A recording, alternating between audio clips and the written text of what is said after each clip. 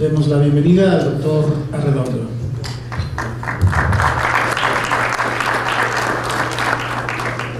Buenas tardes. Primero que todo agradecer por la invitación. La idea de esta plática es tocar un poco el tema de los insumos que normalmente nosotros suministramos al área de sistemas dentro de la empresa para que se utilicen dentro de los mismos sistemas y con eso obtengamos los cálculos que ustedes usan convencionalmente, digamos, día a día dentro de sus compañías. Este ha sido un trabajo que venimos realizando dentro del grupo de ingeniería y está enfocado básicamente a las tres áreas principales relacionadas con el riesgo, que se refieren a la estimación de una amenaza, estimarla de manera correcta, a la evaluación de la vulnerabilidad, cómo analizar esto y pues desde luego considerar de una u otra forma el tema de la exposición, que eso ya serían nuestros bienes inmuebles o cualquier tipo de infraestructura, fuentes, vías, etc. Esta es una diapositiva que todos conocemos, que convencionalmente encontramos en la evaluación del riesgo, y es como esa conjunción entre los tres aspectos básicos que debemos considerar en nuestros sistemas del cálculo del riesgo y de la estimación de nuestras primas, de nuestras pérdidas, para hacerlo de manera correcta.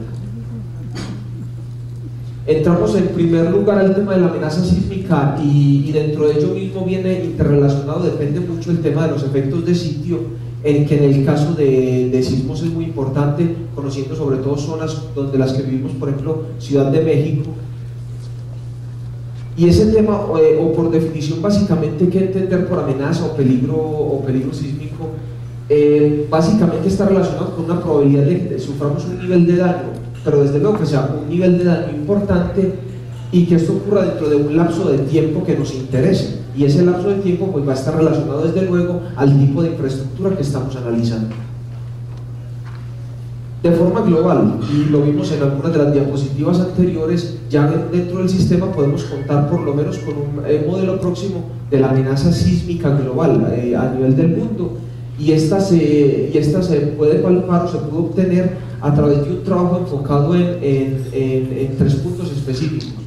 una geometrización de cómo están distribuidas, digamos, las placas tectónicas, en qué zonas afectan una u otra más, uno u otro país más o uno de otro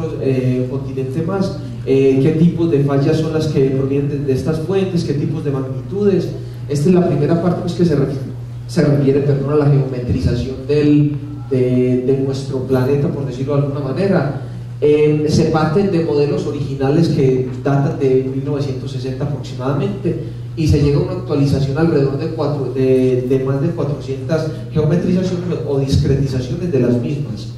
Finalmente pues pasamos al tema de evaluar los diferentes parámetros que espacialmente afectan esta amenaza sísmica y que son los que caracterizan nuestras tasas o de excedencia de magnitud, o sea, la probabilidad de que ocurra un evento de cierta magnitud en una fuente específica y cómo me afecta a otra zona.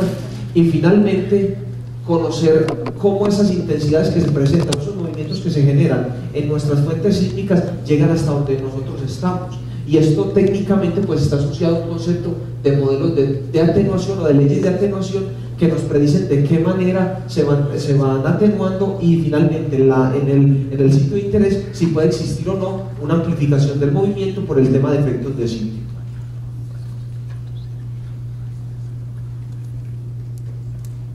En general esta fue una diapositiva que previamente dentro de los sistemas pues presentó Benjamín, y la idea es mostrar que tenemos una estimación aproximada de cómo se puede presentar la amenaza para diferentes zonas a nivel mundial. En este caso pues esto parte de información del proyecto GAR, Global Assessment Report on Disaster Risk Reduction,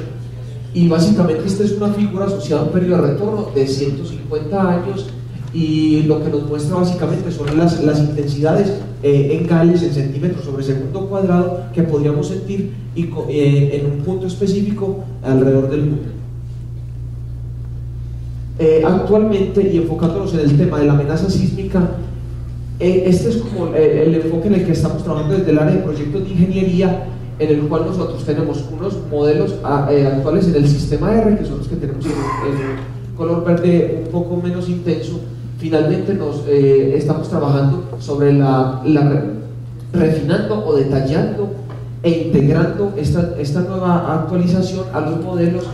principalmente sobre lo que es Centroamérica, sobre lo que es el Caribe, Perú y Ecuador y algunos países del norte de Sudamérica, vecinos de nuestro país Venezuela.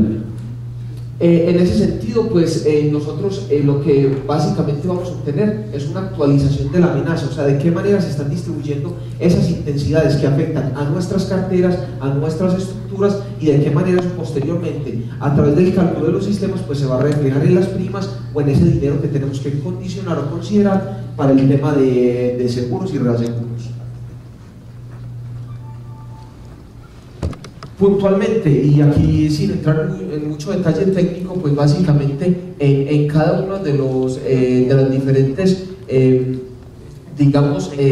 tipos de fallo, mecanismos, hemos discretizado las zonas sísmicas o la geometría de las placas en cierto número característico. Esto es un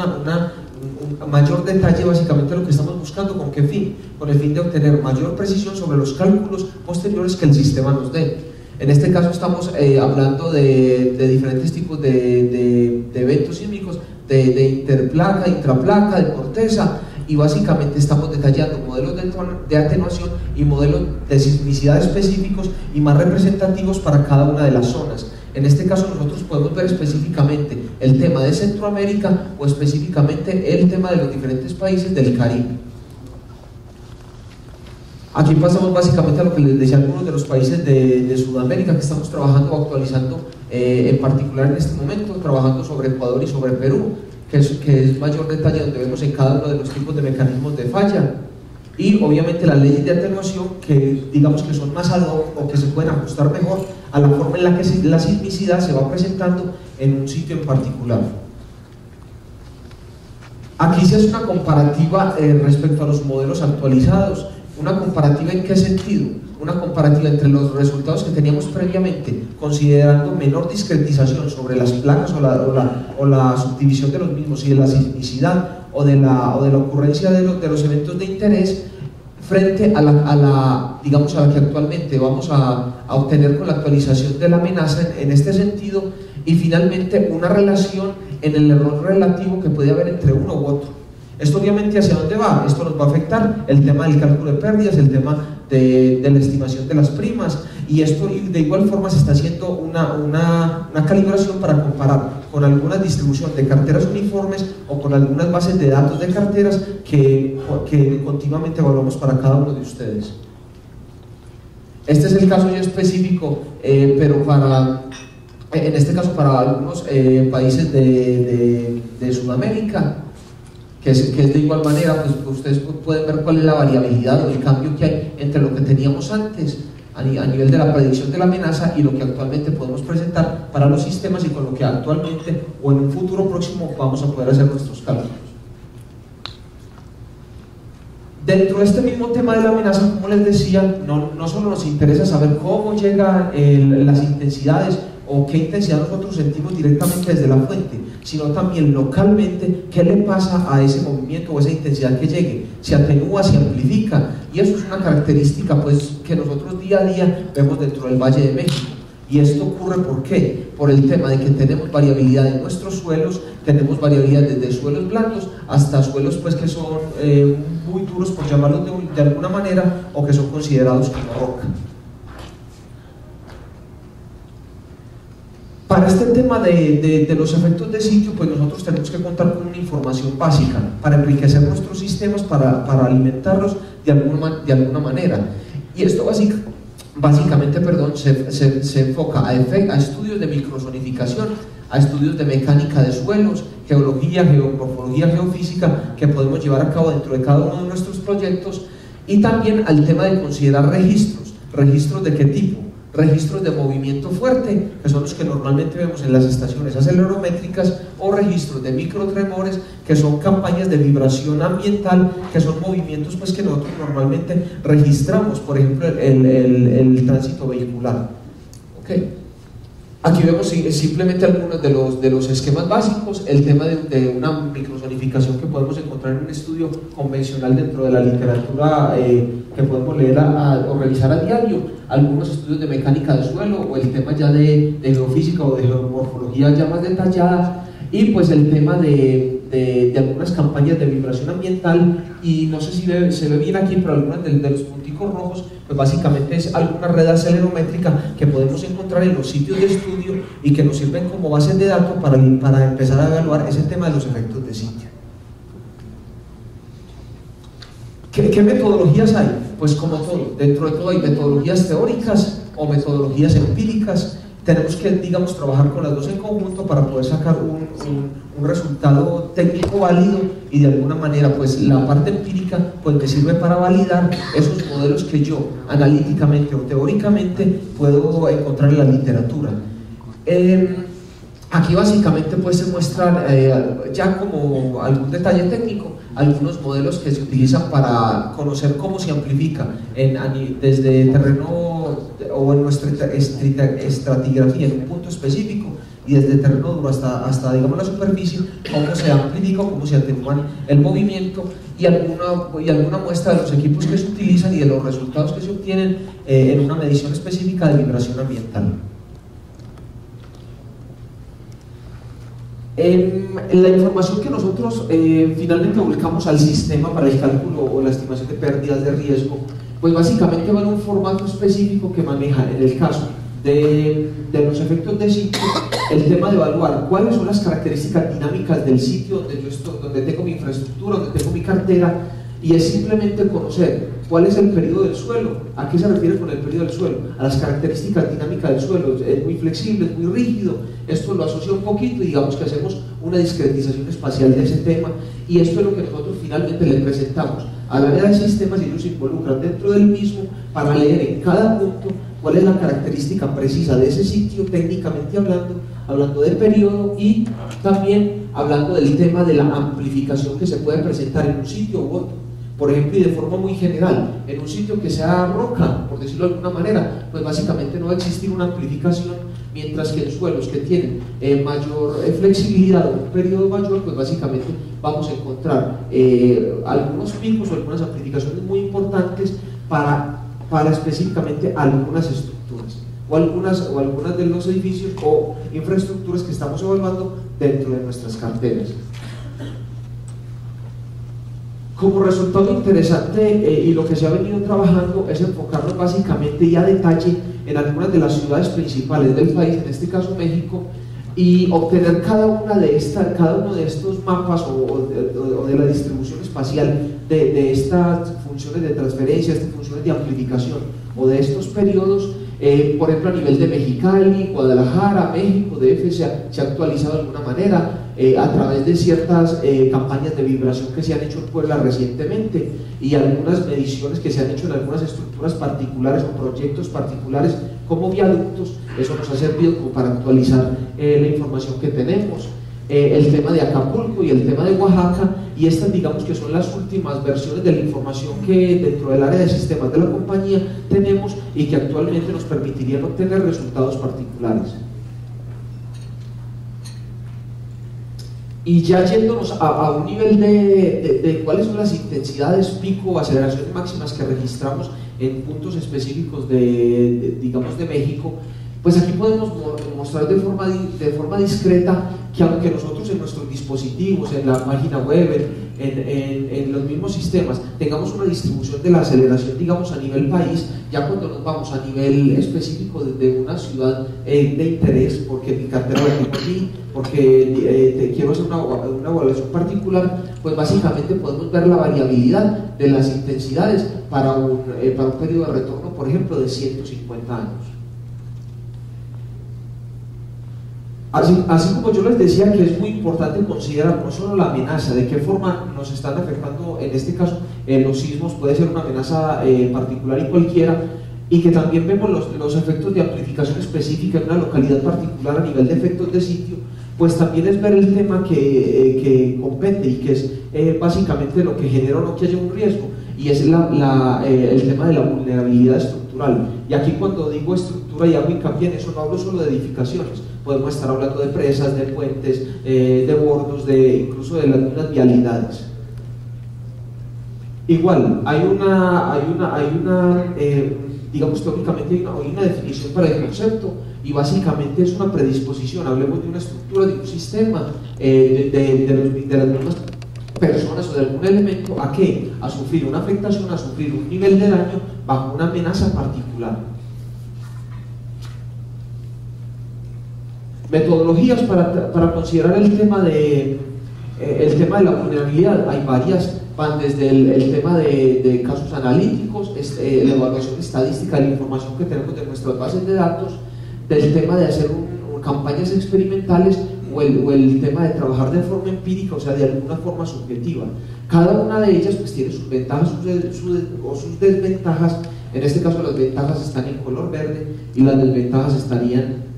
en color rojo. En el caso de las metodologías analíticas, pues básicamente nosotros podemos crear funciones o podemos tener alguna especie de expresión, algo así, para evaluar un nivel de demanda específico, un nivel de intensidad específico que me interese y que sea particular para un proyecto en el cual yo esté elaborando. También tengo el tema de que yo puedo trabajar con diferentes parámetros involucrados en un fenómeno particular, pero desde luego aquí hay que tener un cuidadoso manejo de los resultados. Ya cuando me voy a un trabajo estadístico, pues voy a tener resultados reales del daño ocurrido, o sea, voy a tener referentes para calibrar mi estudio, pero desde luego los datos importantes se obtienen ante fenómenos que son de importancia, o sea, que no se repiten con mucha frecuencia. Entonces, digamos que no voy a tener una base de datos muy amplia en general.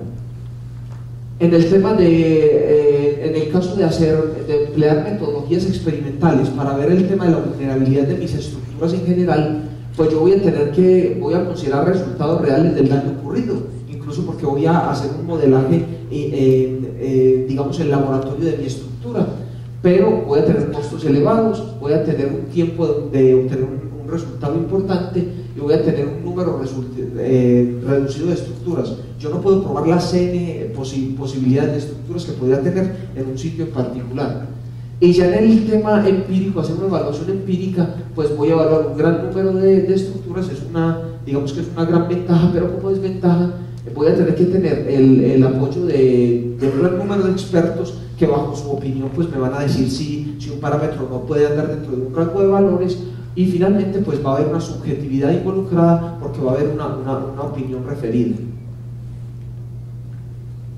Normalmente el tema de la vulnerabilidad pues se asocia a este tipo de figuras que son unas funciones de vulnerabilidad, y básicamente en las abscisas pues vamos a encontrar el parámetro que yo quiero evaluar para un fenómeno particular. En este caso puede ser la intensidad de un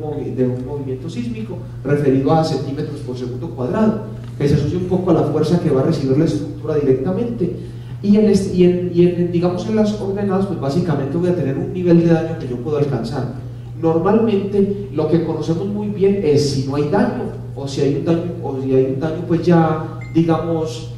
a nivel de colapso de la estructura. Esto no tiene una gran incertidumbre, por eso es que vemos que las incertidumbres que van marcadas en línea gris punteada pues se reducen en los extremos de estas curvas, pero al centro, que es donde normalmente tenemos inconformidad o entra cierta parte de la subjetividad de este tipo de estudios, pues vamos a tener un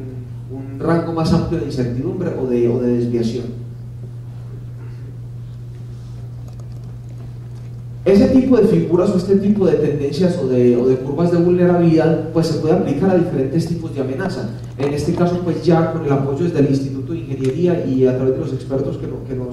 nos brindan digamos una guía en los diferentes fenómenos, pues se han abordado fenómenos como la ceniza, como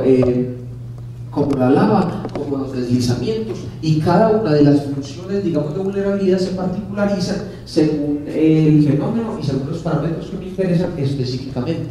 Por ejemplo, en el caso de la ceniza, pues básicamente yo me centro en medir cuál es el espesor de la ceniza y me centro en analizar por medios analíticos cómo definir el comportamiento de las cubiertas de mis estructuras que pueden ser, digamos, llegar a ser las más afectadas. Ya cuando hablamos, por ejemplo, del tema del lava, pues estamos hablando de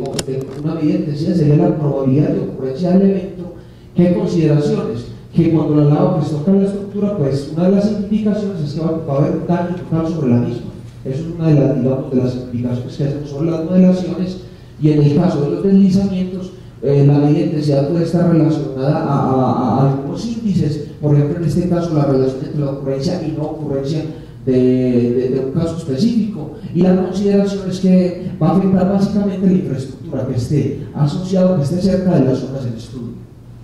También podemos hablar de otro tipo de fenómenos como el granizo, como la licuación, como el sismo, y en ese orden de ideas pues estaríamos hablando de medidas de intensidad referidas a la energía cinética por unidad de área, está referida a cierta velocidad de ocurrencia del evento.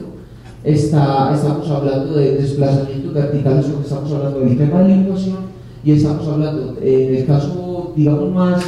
más directo para nosotros, que puede ser el tema de la aceleración espectral o la pseudoaceleración, que está asociada a ciertas estructuras específicas que me interesan analizar dentro de mi cartera, edificios de marcos de concreto, de 1 o 2 niveles, y que tienen un uso específico o no, y eso pues lo que permite es particularizar cada una de las funciones.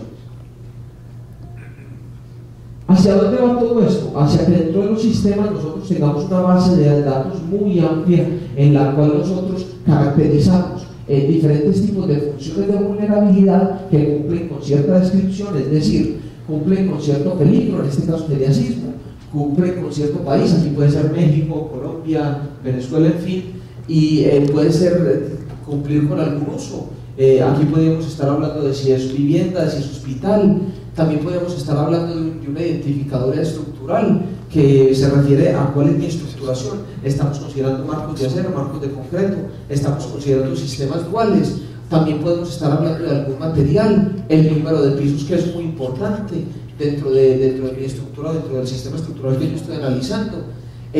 Muy considerable el año de construcción, referido a qué? A que todas nuestras bases de datos, toda nuestra infraestructura que estamos analizando se diseñó dentro de una norma o un código sísmico, y ese pues va a ser el vigente o el previo al año de construcción de nuestra edificación. También tenemos que ver si hay daños previos en nuestra estructura, en este caso cuando se coloca 00 es que no hay, no lo conocemos, y también algunos conceptos específicos como el ángulos de desviaje o este tipo de cosas que ya son características estructurales, por ejemplo de los puentes. Les quiero mostrar esta diapositiva, es con dos ideas, con una, hay una base, con la primera, que hay una base de datos interna dentro de los sistemas, de los cuales cuando hacemos las corridas están asociados todos estos parámetros que ustedes ven aquí, y de una u otra manera son los que al final me permiten estimar esas pérdidas o esas primas que son los que les pasamos a nuestros clientes o a nuestros asegurados, y finalmente que hay una estructura o un nombramiento de las mismas que nos permiten clarificar o identificar qué tipo de eventos yo estoy considerando. Dentro de un proyecto que hicimos recientemente, estuvimos trabajando en la evaluación de la vulnerabilidad de algunos portafolios en Costa Rica, específicamente en el cantón de San José, que en este caso eran de interés evaluar la vivienda, los hospitales, los edificios gubernamentales, y para ellos hicimos un estudio particular sobre la creación de las funciones de vulnerabilidad, dependiendo de qué, dependiendo del uso de este tipo de edificaciones, dependiendo del número de niveles digamos, de estas edificaciones, y desde luego considerando un parámetro muy importante que se les mencionaba ahorita, que es el tema del año constructivo. Esta es algunas de las que obtuvimos, en este caso pues para edificios de mampostería de 1 y 2 niveles, y en este caso para sistemas duales entre 11 y 15 niveles. La diferenciación entre una u otra curva pues tiene que ver con el año constructivo, bueno, más bien con el año de la norma con la cual se diseñó estructuralmente la edificación, y como pueden ver, puede haber mucha variabilidad o no. ¿Cuál sería la tendencia? Que nuestras nuevas normas estén mejor, es decir, que mientras nosotros construyamos nuestras edificaciones, nuestras estructuras con las nuevas normas, pues sean menos vulnerables. Esta es una diapositiva, digamos, inductiva o un poco para ilustrar el tipo de proyectos que nosotros venimos manejando actualmente a nivel de atlas de riesgos, que es este que vemos aquí, que es uno que recientemente se hizo para el plan y para SEDATU en Baja California Sur, para Los Cabos, y pues el proyecto que les comentaba hace unos minutos referido a la evaluación del riesgo en el cantón central de San José de Costa Rica. Importante resaltar aquí, son proyectos en los que, aunque hay mucha incertidumbre en cuanto a exposición, en cuanto a cómo determinar la vulnerabilidad, o en cuanto a cómo discretizar o ser muy detallistas a nivel de la amenaza, se involucraron muchas instituciones, tanto a nivel de México como a nivel de Costa Rica, y se ve la intención de llegar ¿a qué? A llegar a mapas, en este caso mapas o sistemas que me permitan tener como un semáforo, que me permitan saber dónde debo urbanizar o de qué manera debo crecer, digamos, de forma organizada y a nivel de población. Esto finalmente, todo lo que hablamos aquí, toda esta instrucción básica, pues se va a volcar a los sistemas, y entonces ya con esa actualización pues podemos trabajar en línea para calcular el riesgo. Podemos ver aplicaciones específicas sobre, en este caso, por ejemplo, el R5, que ustedes ya conocen, y también podemos ver su aplicabilidad a sistemas móviles, o sea que podemos trabajar básicamente desde cualquier sitio donde estemos o en la comodidad pues, de un portátil que nosotros tengamos a nuestra disposición. Básicamente lo que les quería mostrar era la estructuración del trabajo que venimos haciendo a nivel de ingeniería y de resaltar o como conclusión final que todo este trabajo que se hace a nivel de detalle es con el fin de que cuando lo volquemos dentro de los sistemas nos permita trabajar con cierta certeza y reducir esa incertidumbre que ya en pláticas anteriores pues digamos que los diferentes investigadores nos han estado comentando. Muchas gracias.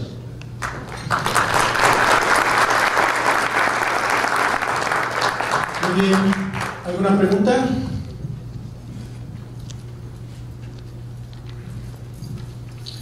Bueno, un comentario. En las carpetas que les entregaron unos folletos. Ahí viene información adicional acerca de las diferentes áreas de RN, en particular el área cuya gerencia lleva el doctor Arredondo, donde ustedes van a poder ver los diferentes productos y servicios que tiene esa área, además de los sistemas que seguramente ya conocen.